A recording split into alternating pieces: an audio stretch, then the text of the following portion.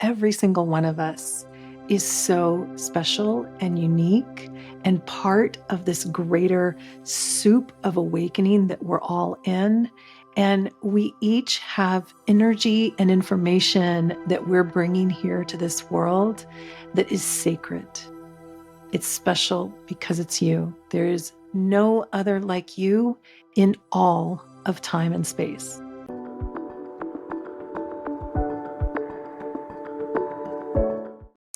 I am so excited about this episode. If you have ever wondered, what is light language? Can I channel it? What does that even sound like? You are in for such a treat, my friend. Stay here. Stay with me for this entire episode. You are not going to want to miss anything. I have an incredible healer. Jamye Price is going to be giving you a beautiful healing at the end. I'm recording this right after our conversation, and we go way far into the ethers, and you will get a healing activation towards the end. Also, Jamye is an amazing teacher. She'll be offering her light language course on the Shift Network. I'll have all that information.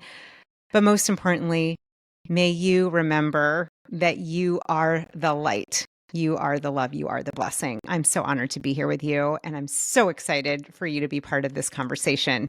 Lots of love. Hello, USU family. This is Julie Riesler. I'm so excited to be here with you today. If you've ever wondered about light language, what is it? What does it sound like? What does it mean? And so much more. You're going to get an experience and a taste of it. So make sure you listen and tune in to the very end.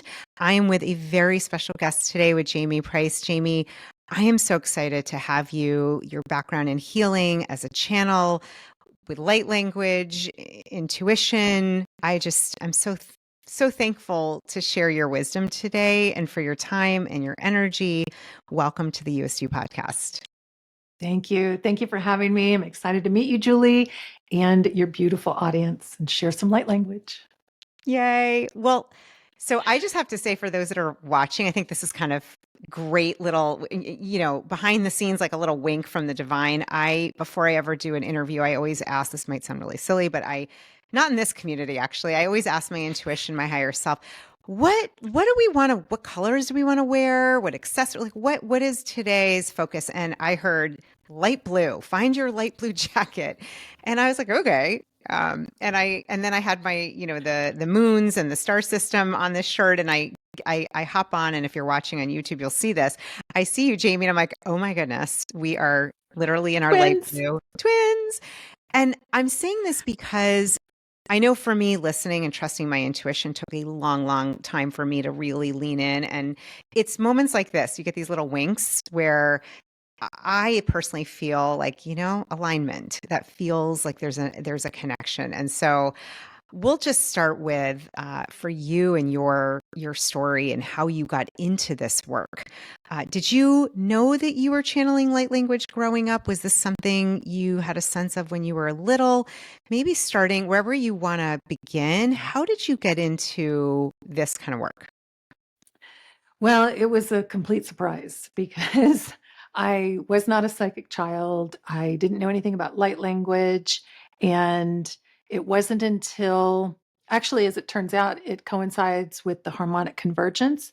But in my late teen years, I started having some psychic flashes and then information that would impulse into my head that felt to me like, whoa, that was an intense and random thought that just suddenly popped into my head, but it would be proven within a few hours. And it would be things that were unusual, like where you're going, so and so is going to be there. And it would be someone from years ago in my life and a random place, and there they would be. So it started unfolding like that. And over many years, that was probably over a decade, where it would just slowly unfold a little more and a little more. And then it would go through these waves of increased opening. And one of those increased openings was when I got an axiotonal alignment in the early 2000s. Now, by that point, I had already been communicating with my guides, I recognized that that was happening.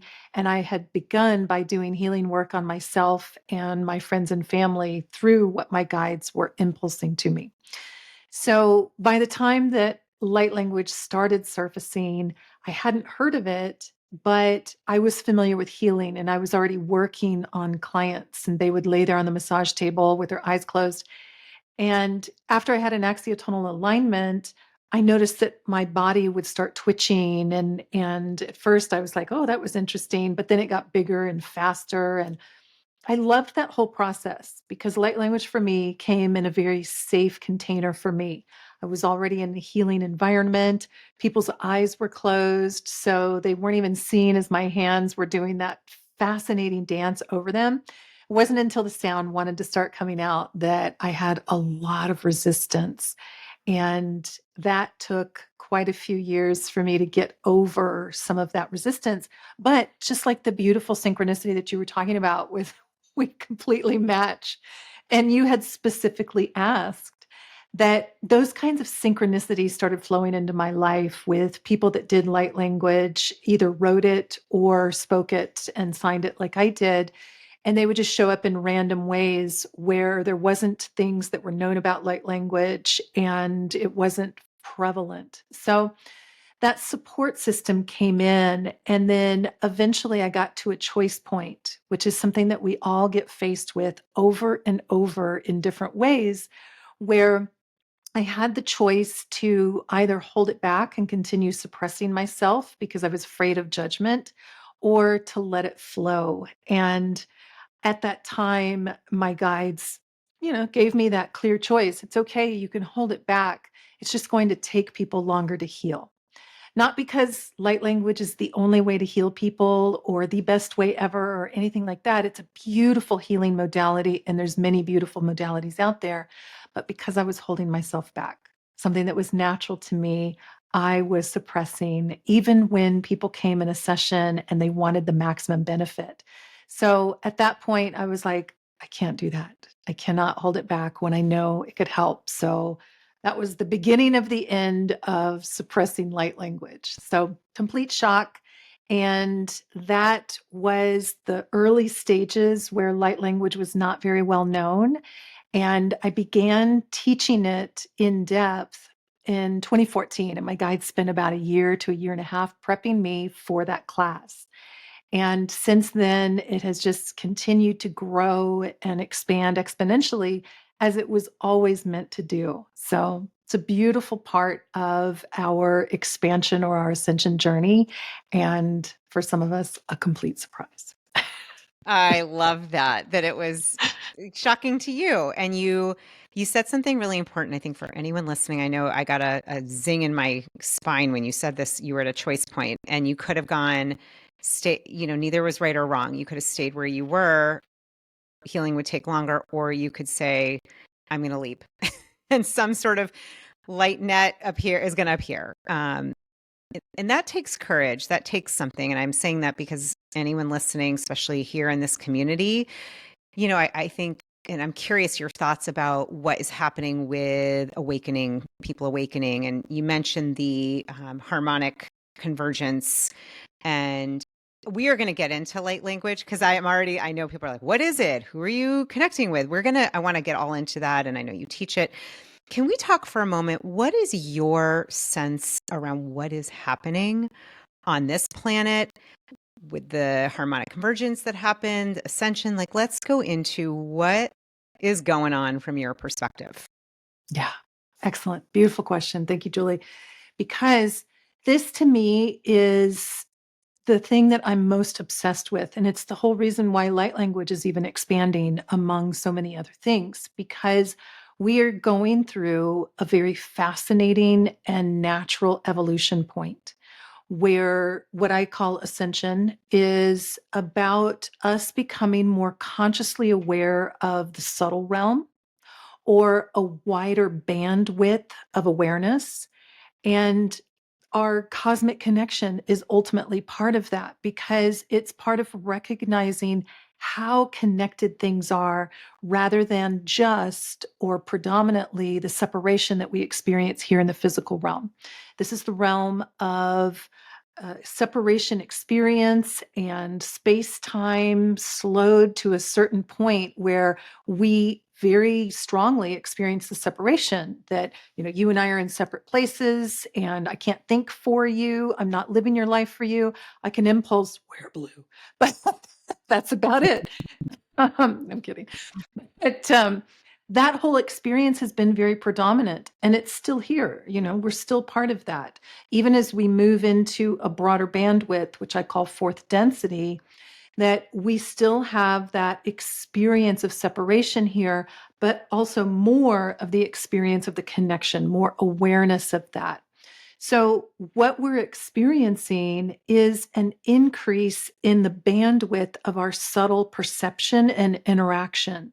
Therefore, things that are more subtle, like all of our psychic senses, our desire to connect and improve, to feel more depth in life, because that's what our psychic senses do. They take you deeper into just the surface. So we're going through that awakening almost like a spring would naturally be, where the flowers are just compelled to bloom. And we've got precedents for this. We learn about it from the yugas. We learn about it from the different cycles that we've been through, that we see at like sacred sites, where clearly there was capacity here to do things that we can't replicate right now, but that we're expanding into that bandwidth. And light language is part of that. So that's opening us up to much more of our multidimensionality or our connective nature, even as we experience the separation here. It's inevitable and it's a natural part of our evolution. When you tap in, I'm going a little bit ahead, when you get these messages, okay, so two questions. I don't love stacking them, but the first one is, do you feel an energetic translation? Do you feel like it translates into, you speak English, so English? Is it more of a sense or knowing when you're bringing in light language? I guess that would be the first question. Like, is it a transmission of a message that you feel, you sense, you see, you actually could write out? We'll start there. Yeah, it could be all of those things. There is some light language that is a little more linear, and therefore, if you have the translation skills, then you can get that linearized message. And there's others that are not as linear. And so even the interpretation of it, quote unquote, would be broader. It wouldn't be word for word like our linear languages are. So generally, it's going to come with a deeper feeling, kind of like our psychic senses do, where you might have a thought in your head, but there's a little more intensity to it, even though it's not evidence at that moment. It's that deeper sense that comes along with it, and that feeling into things and reading into what else is there just besides the surface conscious things. So, really feeling into it is important. Yeah. And we'll get into that too, because I think, to me, one of the biggest opportunities for humanity is to shift from thinking from the head. And I'm being obviously it's not just our head, and our mind is not just in the brain, but from that brain logic to really not just the heart, but beyond the feeling, the sensing. And I love what you're saying, that there's a lot of different ways for this to be kind of interpreted. I'm curious, when we talk about this awakening, the fourth density, the shifting from, what I'm hearing you say too, Jamye, is we are in this duality reality of sorts, you could say, maybe, that it's actually, the way I was hearing you is, it's a shift into letting go of the duality, more of a remembering or connection to the fact that we're all connected. We're all, that even though it's the separation consciousness, it's like I'm moving into the spectrum of separation to oneness. It's kind of, I'm seeing like a continuum. I don't know if I got that right. I'm seeing the image of that.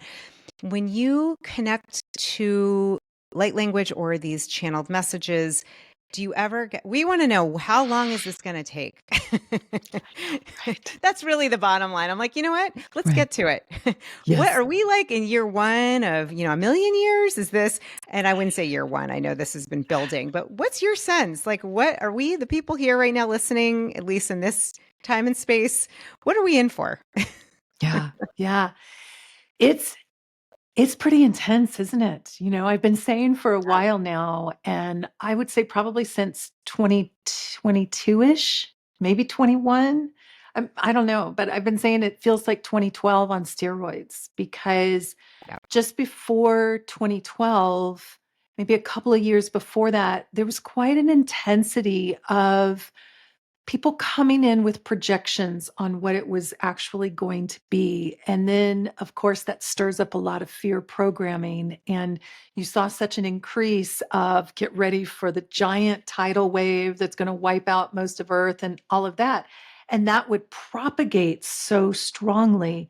But then those other threads that were there, they wouldn't propagate as much. And so it really became about tuning into your own feelings of what was going to be the unknown of 2012. And we're in a similar situation with a lot more intensity, it seems, in the external. So the actual timing of it is more like phases and waves in comparison to a Big Bang kind of thing, or 3 days of darkness suddenly occurs and the entire world is just catapulted into something different. That it's more like waves of change, and then there comes a critical mass that moves things faster, which we're already seeing. Even if I look at how light language has grown, and this is what I was being shown and expecting, is that it keeps intensifying and it keeps speeding up and it keeps reaching its own critical mass. So we're in a situation with that where if we just look externally, and maybe even some of the things that are going on in our own lives, because I know I'm feeling a ton of change, like almost like, woo, those waves are just carrying me instead of me paddling and directing it as much as I would be accustomed to. So overall, it's moving very rapidly, and yet I'm still not getting the clear information of, oh, expect this in this short time window, because we're really looking more at critical mass and critical mass and critical mass, and yet it is coming. Like the expanse of expectation with our psychic senses, and that things are flowing in a positive direction as the old is crumbling, can get lost if you just, for example, watch the news or, Yes. tune into external dramas too much. You can be aware. That's not a bad thing. I stay aware of varying degrees of things, but you really have to watch that saturation of your energy, because we as light workers, those that are like on that journey of empowering humanity into more of that connection, which takes the greatest courage, that we have to hold our energy and our energetic boundaries, that we don't get oversaturated with focus on the crumbling. But we also each have unique pathways within this. We're meant to hold light in different areas of the globe, different areas of corporate structures and familial structures, and all of the different ways that we interact and build a cohesive global humanity. So it's a really exciting time. It can be a scary time and frustrating time. I am going through so much change that I'm like, whoa. Sometimes, it feels like this can be overwhelming, or is it really going in a positive direction? And I know and I believe in my heart that it truly is. And that is the information that I've been getting for decades now. Even pre-2012, they were like, no, this is a subtle shift and an important and potent shift that really has to do with the blending of time as they called it, which to me is blending of our subtle, our linearity into more of the subtle, because time is how we experience this separation that we're in. And of course, space is part of that. But that blending of time helps us to hold more of that multidimensionality, that when we're in a present moment of, woo, there's a lot of chaos in the world or in my life or whatever's going on there, that we're also holding the wisdom of the past because we've worked to make that more conscious instead of unconscious. And we're holding higher potentials of the future, knowing that that connection and these forces of life are bigger than we are. And it's just a natural progression that life always evolves toward more love. Synonyms are connection, support, sharing, creativity, etc. Yeah, so eloquently said. And as you're speaking, I'm feeling into what you're saying. And it's interesting, the image or the sense I got was just like the call to action to move away from overthinking. And I see it as like a heated, I know for me, and the overthinking and the striving and the pushing, it's like it feels like a heated, I always think of a washing machine cycle that's overheated and it's, not fun. You want to get out of it. And moving into feeling and sensing. And when you talked about time, and it's really interesting, I was just talking to someone about this the other day, really getting, Einstein talked about this, that we know this, right? Time is actually in reality not linear, yet in our day-to-day it feels very linear. And so I almost got the same image as you were speaking, that this is a call to actually hold the both and. There's the past, present, future that we know as humans right now in this third dimension, and as we're shifting to start opening up, just like our sensation or feeling open up to time not being linear. And I just keep hearing that both and, to hold, that it can be chaotic. I'm with you. I'm like, what the heck is happening energetically? Not all bad, just whoa. I mean, put your seatbelt on. And I have a feeling, if you're listening, leave us a comment. Are you putting on your spiritual seatbelt? Because what the heck? It is like sped up, Jamie. It feels, and I come back to, and this is a question for you as well.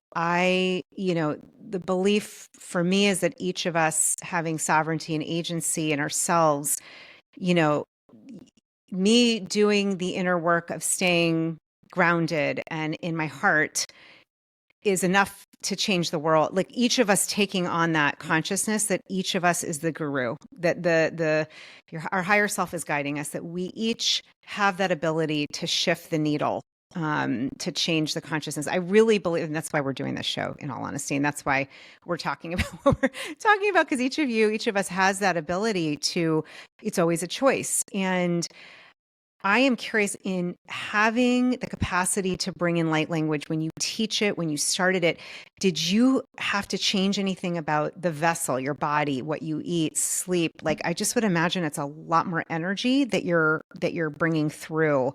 Can you share a little bit about what it takes, I think, both to bring in light language and to be thriving in this intense energy?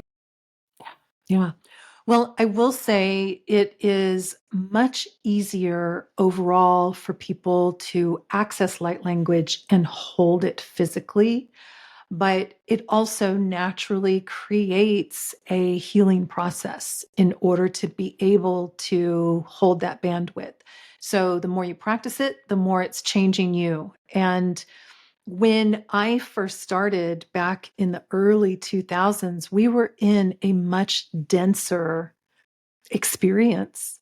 And so my body would go through waves of change with it, where I would be kind of laid out for a while and not even sick. And people have talked about this, those of us that were in the ascension, on the ascension path back in the early days, where you would just have these times of such intense fatigue and not even, or maybe sometimes even sickness. I mean, there was times early on where I thought that I got sick, and my guides had told me earlier, they said, like, even maybe a week earlier, they were like, you need to start doing different work now. You need to start focusing on, at that time, it was energetic healing, or I'm sorry, emotional healing. And I was like, yeah, I'll get to that. And I didn't get to it fast enough, evidently, because I got flu after going to an event. And it's that my body was clearing out so many toxins at once on an energetic level that it manifested as flu symptoms. So now it is much easier for us to hold this. And the as far as a specific diet, like does someone need to be vegetarian or vegan or, not eating meat or only eating meat? All of that is truly, as my guides say it is a personal need. There is not just one way that we're all supposed to eat right now, that you have to feel into your own body. You have to be able to adjust in whatever way is healthy for you. But eating as much healthy, whole food, and of course, the water, the rest, the exercise, and the play, so that you are not overstressing and you're not overly tense on anything like diet or gotta meditate more. Been there. Yes.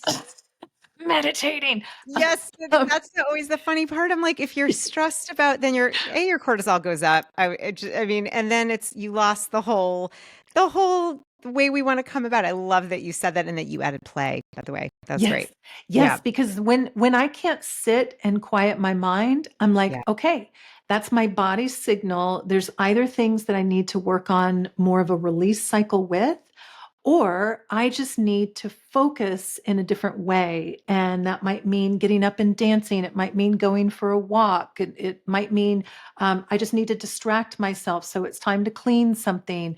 So being in that present moment and listening to the body, that adaptability is incredibly important for us, because one thing is not just going to work. There's not one path. There's not one person. There's not one modality. There's not one thing that we all need to do, except exactly like where you started with this, be our youest you, the best of ourselves in that moment, which means sometimes I have to nurture myself into quiet. Sometimes I have to be focused and excited. And as I said in the recent monthly energies video, I actually meant to say focus, but then I started to say flow. And so I said flocus.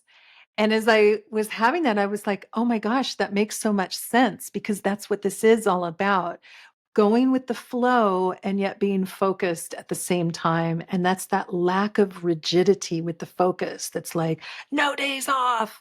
Well, sometimes that day off, there's so much going on in the background, because you can finally open your energy field and let more integration occur. So, absolutely vital at these times. Yeah, beautiful. I wholeheartedly agree. We're all 8+ billion individuated expressions with completely unique setups. So, and the way we're created, completely individualized. I love that. All right, let's actually define light language, because I'm realizing we started to talk a little bit about it, explaining what it is, what it might sound like, look like, where does it come from? I know that I don't want to give it away, but I believe there are guides that you're working with from other realms. Like I'm gonna hand it to you, Jamye, to fill everyone in so we can create that, foundation for those who might have heard it. I'm not. Maybe they've listened to it before. Yeah, let's talk about light language. Excellent. Well, it's something that is very natural to us, and there's references to it throughout history, through every culture. They just call it slightly different things. Even the term light language is something that's more recent. My first, the earliest that I could find of it actually called light language, or the language of light, is the Keys of Enoch, which was around the 1970s. There could be earlier references than that specifically, but that was the earliest that I found. But it's very natural to us. Some call it speaking in tongues. It is a flow of multidimensional information or multidimensional language. So when we speak, like we're speaking in English, we are using memorized and contextualized words. We're using the language centers of our brains that have developed for our linear languages.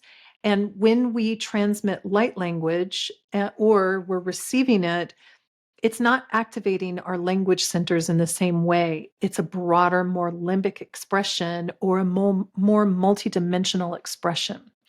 So the language of light is just a flow of multidimensional information.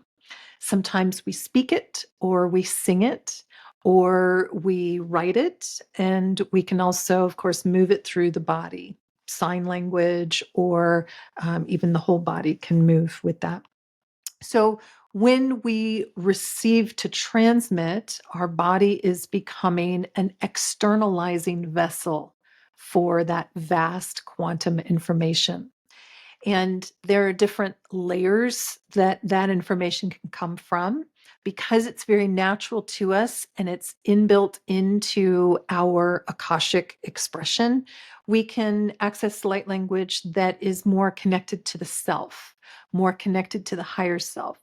We could also access light language that is from an outside group, we would say, but that would likely be a group that or resonance that is resonant with our Akash, like angelics or elementals or galactics.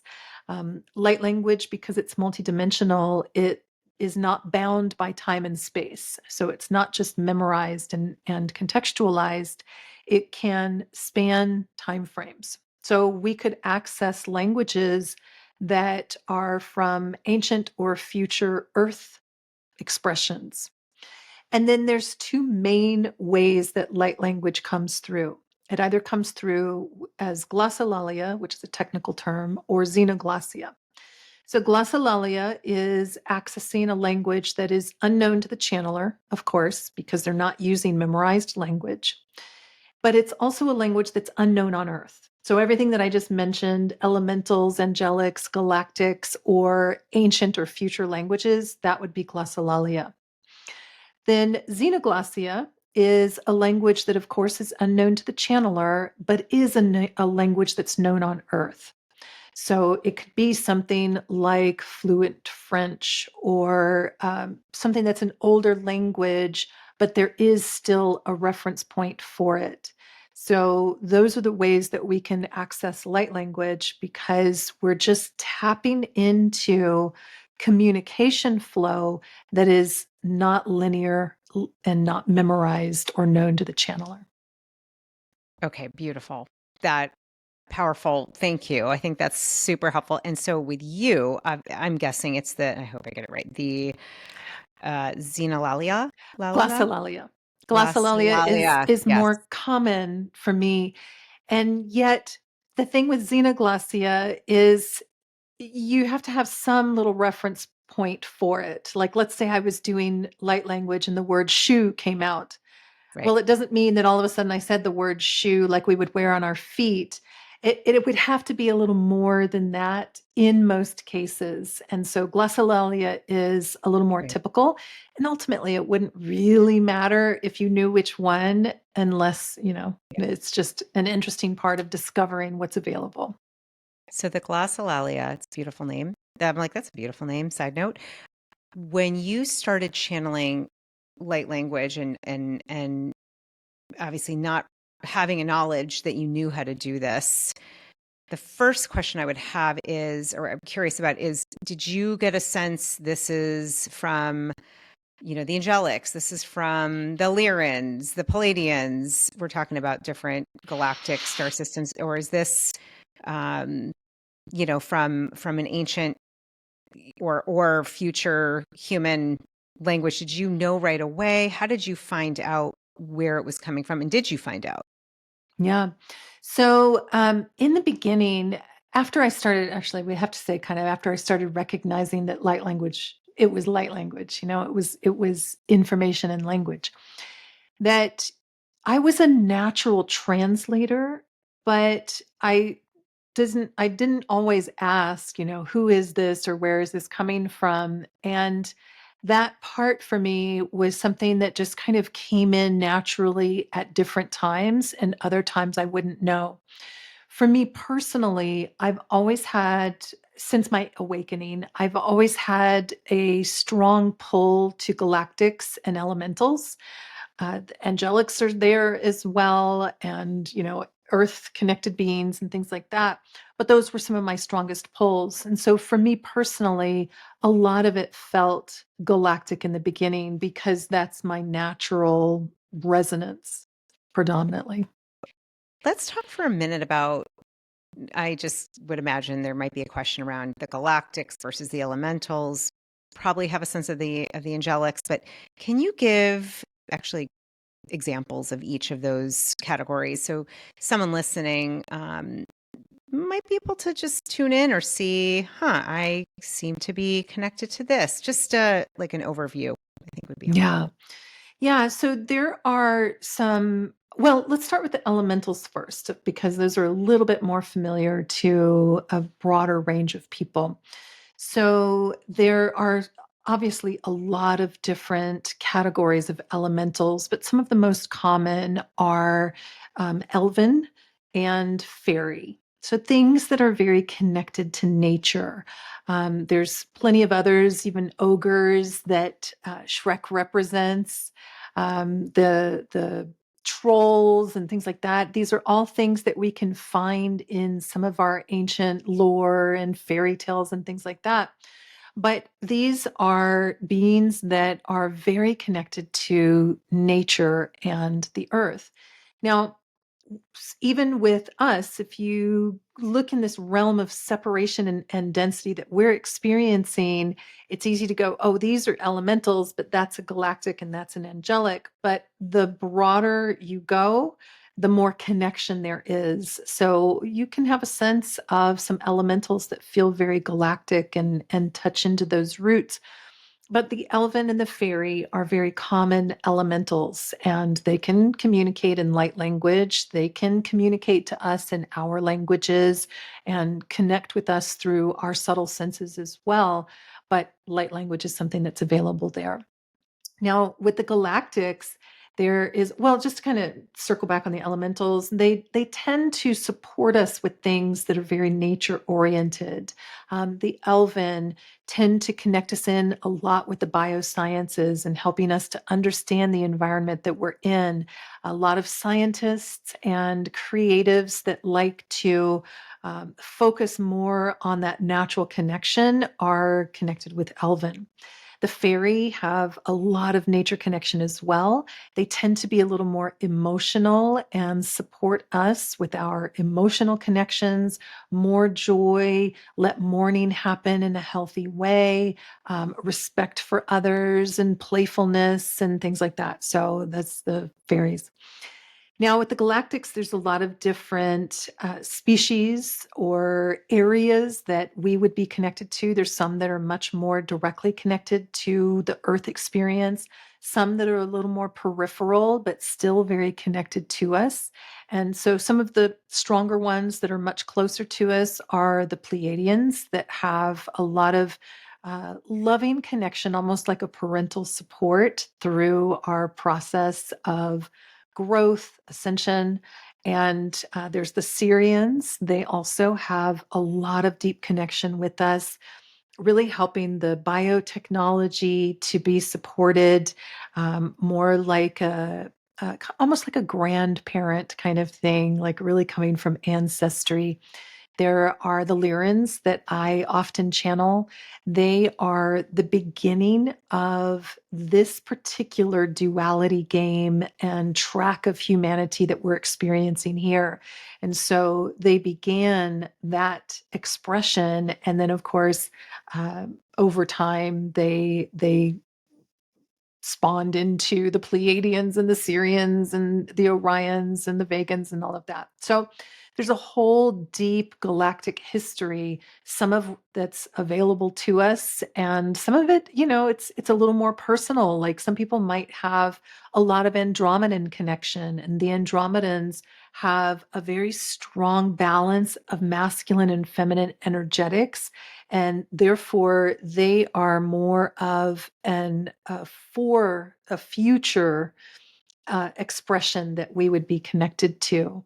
Same with the Arcturians. They're very connected with us, but they've been more like overseers to us and helping us to process some of the things that we've experienced, not only on Earth, but on other planets as well. So it's a deep, rich history that many psychics have tuned into. And for me personally, I enjoy understanding that, but it always comes back to being human here and now, because integrating and applying all of that into the human experience is what we're here to do. Hey, it's Julie. I just wanted to pop in really quickly. I'm so honored to be here on your path of being your truest, youest you. And what I really have seen in the 15 years that I have guided and worked with and coached and led heart-centered leaders and conscious coaches and healers, soul seekers, light workers, change makers like you, is that it's not just about seeking change. It's about being called. It's about stepping into your higher self, your future self that you know you came here to live and to lead. So maybe you're feeling a little stuck or unclear, or you would love support to help you tune in and really access your heart-centered dreams and desires to be fully self-expressed, to be uplifting humanity, to be adding more light on this planet, to be expressing your gifts and your youest you. There are two really easy paths to do that with me. First, I have a manifestation breakthrough session that is all about rapid clarity, activation, and certainly intuition, or the deep dive. This is my intuitive mentorship journey. It is a 5-month transformative experience. This includes intuitive coaching, sacred container with accountability, and really helping you to tap into your greatest desires and dreams to help you access and really actualize your highest potential to be your youest you. So if you're interested in either ways to work together, go to julieriesler.com/mentorship. And that is where you can learn all about those options. And if you are leaning in, if it's feeling like a soul yes, I invite you to trust that and remember that what you are seeking is always seeking you. Much love. Such an important reminder, right? Because it can get, it's fascinating. It's fascinating I feel like we could do a whole podcast. I mean, I have before, right? I mean, we could spend the whole time talking about the Palladians or the Lyrans or the Galactics or the different, ways that we can connect into various higher evolved beings that have different aspects. Something I think about often is, first of all, remembering that time is not actually linear, and that, at least in my humble belief and feeling, Jamie, is that each of us, there's a higher self version of us that is completely at all times always connected to creator, to the universe, that is connected to all of that, to everything. And so it's helped me in realizing, and this is actually the segue to the next question. This is for everyone. If you want to, if you're leaning and if you're listening and you're still here with us, this is probably something you're interested in, which I know you teach. We'll talk about that too. To get that, my belief, anyone who wants to connect in can. It's available. I always think of it like batteries included. You may not realize you have the batteries like you, but they're there somewhere. So is that something you've seen, that light language and being able to connect or express in that way is available to everyone? Are there only certain people, or is it more if you're interested in a desire for it, that's really the switch that turns it on? I'm curious. I would love to hear your thoughts. Yeah, it is definitely available to all of us. It's natural to us. Now, not everybody's going to be interested in it. Not everybody wants to experience that. And that's perfectly fine as well, because there is not just one way to our expansion. It's just that light language happens to be a fascinating aspect of that gives us some very visceral experiences with it.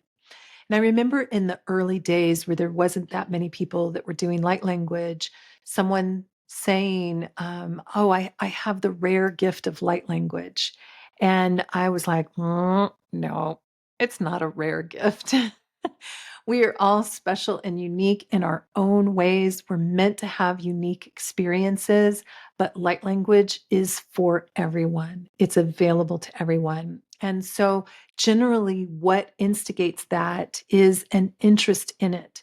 So, for some, it just happens naturally. That's what happened to me. And that happens plenty of times. It's something, if you hear it or you see it or something, it can just naturally activate you.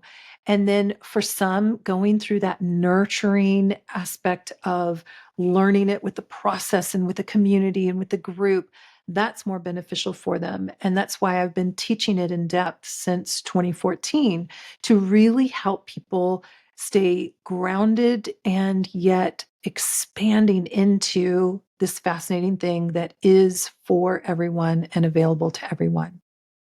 Yeah, beautiful.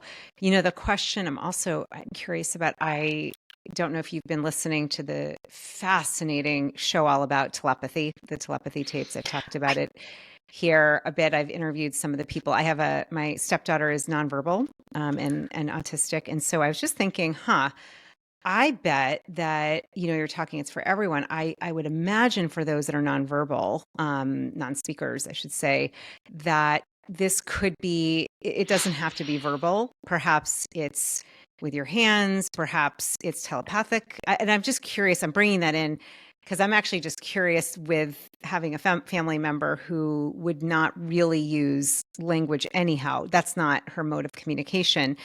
What are your thoughts on that? Have you seen that? Have you heard of that? Like, I'm just curious because I think, thank you to Kai, what she's done. It's really opened the world to understanding that there is way more. And it really does lend itself to the idea that, language is actually very constrictive.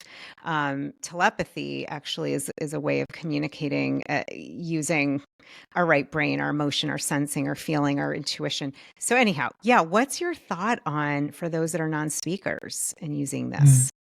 Yeah, I haven't listened to all of the telepathy tape podcast, but I did start listening to it. And it's so exciting because for us as light workers, people that have been on this path for a long time, these are things we've known about and we've experienced in different ways. And it's going to take more and more people, especially someone like what Kai is doing, of bringing some grounded scientific process into it so that people can accept what is natural to us more and more. And that whole process is necessary for everyone because we all have skills that are going on besides just the normal things that we would experience. And autistic people for decades, Rain Man being a great example of that, Daniel Tammet, and all of those that have really started to pave that path of understanding there are fantastical skills that are available to us. And in this density, it is easier for someone that has an extreme skill in certain ways. Often that will manifest with autism or something that pulls some of the focus away from the normal groundedness that we call normal. And so we're really expanding our understanding of what's possible for us and how that's going to just integrate more naturally because everyone comes here to hold a certain energetic and interact with that in all different kinds of ways. And nonverbals are interacting consistently in stronger ways.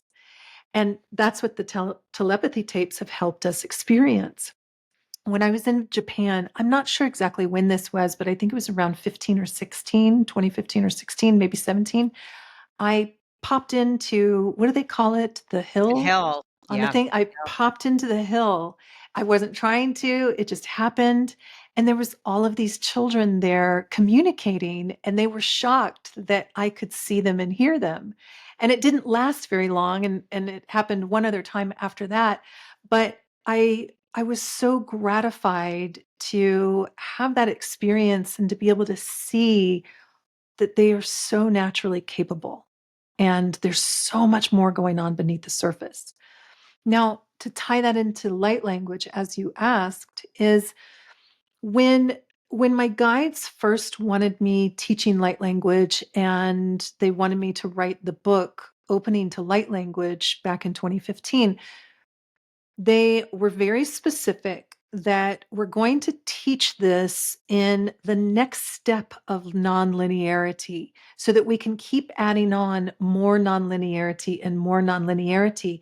Because as they say it, it's about not just letting cognitive dissonance happen, it's about understanding in a deep way. And then you're able to truly integrate things. So instead of just saying things like, oh, time doesn't exist, we can say that in clearer ways, like linear time is not the whole story. And then we add on that understanding. So it's the same with light language. There's light language that is a little more linear. And so it may not be word for word, but it's very close and we can interpret it in that way. And then there's light language that's less linear and less linear and less linear. And so that is part of the experience as well. And therefore, it's very easy for it to transmit telepathically. When I'm transmitting, what's occurring is there's this vast amount of information that is flowing through, and yet some of it is audible or some of it is visible. And yet there's so much more going on.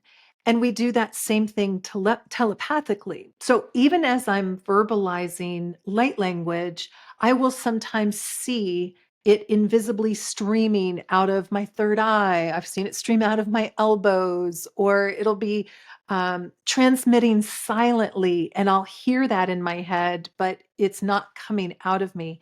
So there's always, whether we're doing light language or not, whether we're asleep or awake, there is always energy or information that's emanating from us. And what things like the nonverbal recognition from the telepathy tapes is showing us is that those children are communicating. They are communicating constantly. And we're having to broaden our expectation and our acceptance that this is a natural human capability. And these blessed beings that are choosing to have this experience with something more extreme, like being nonverbal in the ways that we would expect, and holding that capability and immersing us in it here, that is the gift of what they are bringing us. And it's just for the masses to catch up to how we can all communicate and open up that skill even more. Yeah.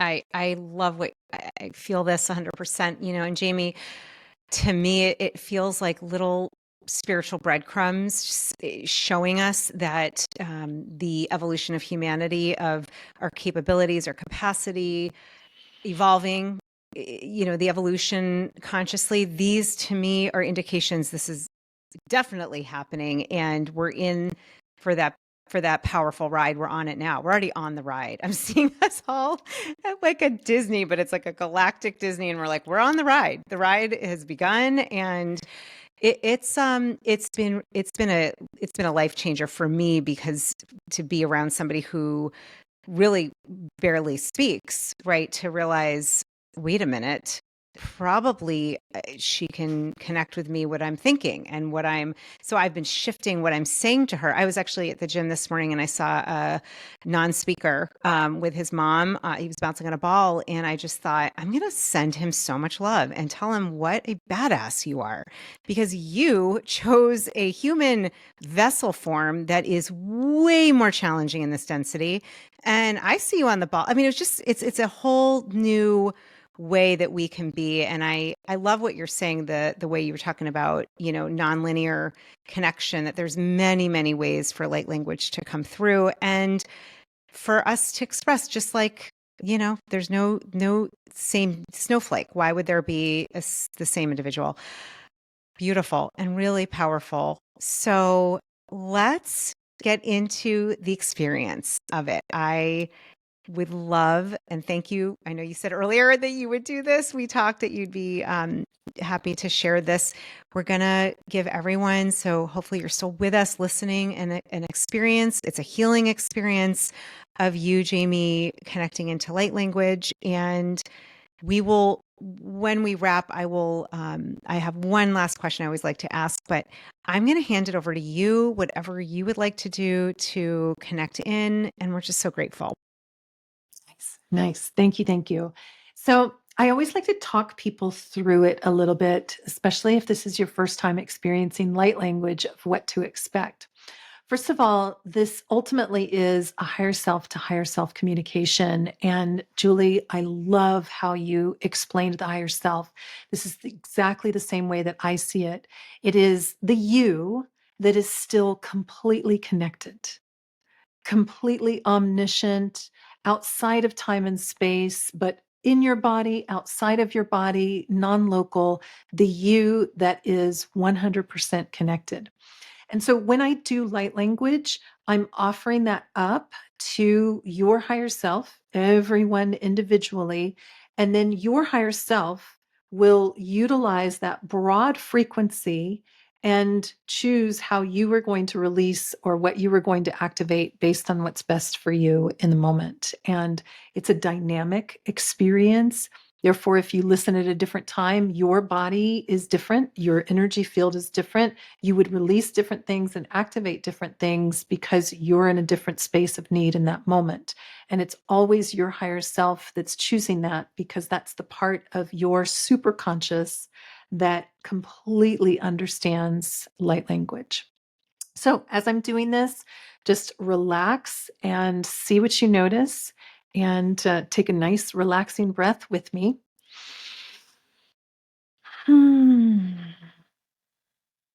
As I allow the light language to flow for your highest good. Maru anchut kumpat oram. Rum hakran shayet dut such arabtal haraknand. Mnan adorat acquired anad hat such brum hakrandat al arnat im dasukor maknand. Stana hat such arabtal arnand hat im. Kamno haratia. Kam sushtanur darut aklel renend. Kem churik mand hat sukrurum. Bral haratunum anshair krot. Da harak and kwa haratan san sharuma.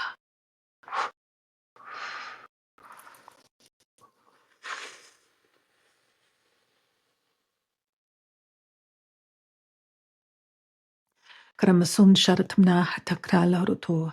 Karam hakranda tanem charutudusal renenet ient ankrormar. Mnem hakrormbet onstaret such prur kranle retania and numan such darak nendiet inia. Hora kral haratum sanshur.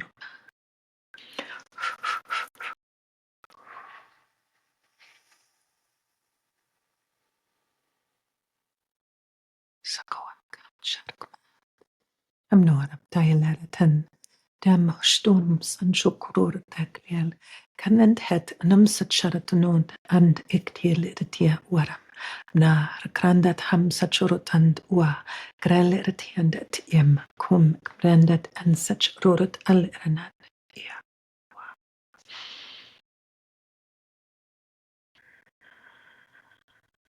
Sukwashtayam such mrandat and krel herkrenet sum sharatanod sanj rakrora kat quem hakrat al atat enemsa.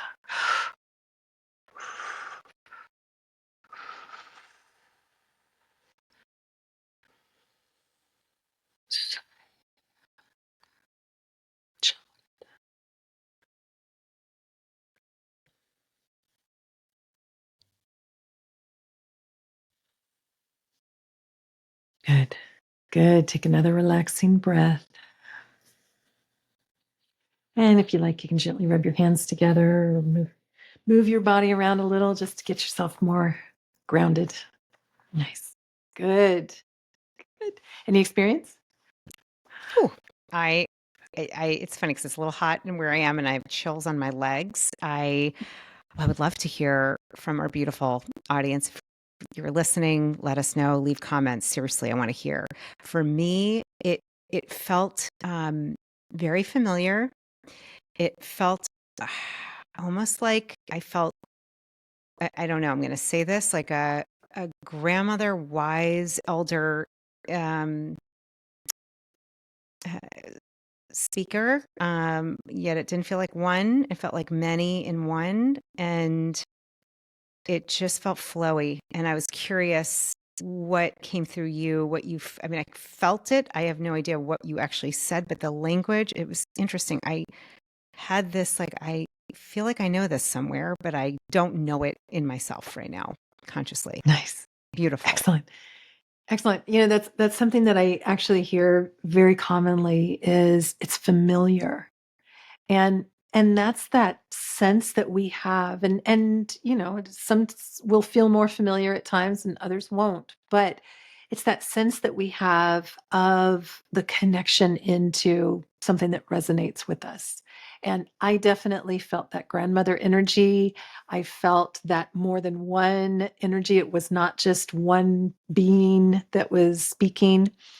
And in the beginning, and it was also very feminine. So in the beginning, she was talking about how our DNA interacts or communicates with each other. And she was using the example of what was that called? When the interference pattern that is created from a wave where it's kind of overlapping instead, almost like the flower of life or the flower of life, not almost like it. Um, that's what our DNA is always doing, that we are always connecting and interacting with each other. And then I stopped getting as much translation that was as literal like or linear like that. And I could feel this sense of opening up more of the heart, opening up more of the throat, and opening up more of the third eye and the head, and how we're perceiving things and being able to see that connection more. Because even if you just think about what we were just talking about, it's it's such an obvious thing when you start to interact with it more and more, that those children that are communicating consistently, and actually the people, because they're not all children, but the people that are communicating telepathically, that's waves of energy that are here. That's why I was able to tap into it a couple of times, that we're immersed in that and we're interacting with that, even though we may not be consciously aware of it. And so, all of the intentions that we're each putting in here, and why it's so important for each of us to become our best selves, the youest you, is that our intentions and our information is getting into this realm, the love and the desires and the dreams that we have, because the fear is there also, but that gets soothed and resolved naturally with love. And that's why we're putting more and more of that into this realm. Oh, it's so stunning. I had this just moment of, oh my gosh, I don't even know if you can see this as you were talking about the flower of life.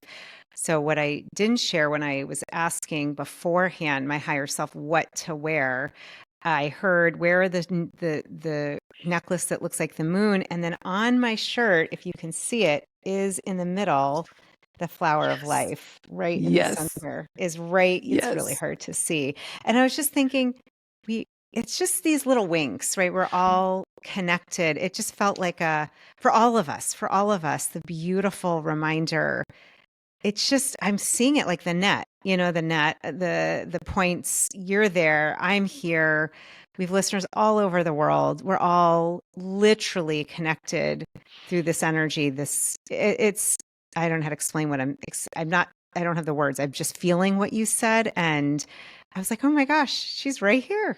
I feel like, even thank you to whoever that was for making this transmission even more powerful with your energy. You're bringing it in, and thank you for allowing me to even maybe the symbol of it. I don't know. I just feel grateful for you and that. That's cool. And it's those synchronicities, especially the ones that are lighter, because we're open to those more. Sometimes we're like, I have this horrible decision to make. Show me a sign. But we need to do this more in the lighter ways and let Yeah. that reinforcement and that evidence keep building, Yes. because it then shows us and naturally builds that trust, but it shows us how much life is communicating to us all the time, that it's there and available, that maybe somebody spiritually would go, oh, asking what you're going to wear, that's not spiritual. Yes, it is. Everything is. And it can be so important to have those times where it's like, universe, you are there for everything I could possibly want to think about, because there's always more going on than just, what should I wear today? There's like a whole deep experience of communication and reinforcement. And it's those validations that are just so important for all of us. After my Yeah. decades of doing this, I still love every single synchronicity. Never Mm, gets old. it does not get old. I agree. Mm-mm. That's so beautifully said, Jamie. And it's funny, I had a moment of like, it might seem a little bit materialistic to say that. It's not, though. And actually, it's those synchronicities to me, and this is for everyone listening. Seriously, it elevates the experience, and I also feel into the energy of the color of the whatever it is. There's so much more, as you were saying, than we really see. And it's something we talk a lot about here. I teach a lot. We track and connect to those synchronicities. And like you said, it builds the muscle of trust and faith, and also that sensing and knowing we are so loved and not alone ever. We are always guided and protected and loved. And I so appreciate your energy and I know that you teach this work, and I'm going to be sharing a link because I believe you're teaching it really soon on the Shift Network, which is a beautiful platform. I'm going to be interviewing the CEO soon, who's just fantastic. I love what is offered there. There's so many ways to really connect into our best, highest self, your USU. And you're going to be teaching more about light language. And I know that's what you do. You have amazing books. I want to tell everyone all the links will be in the show notes, will be in the description.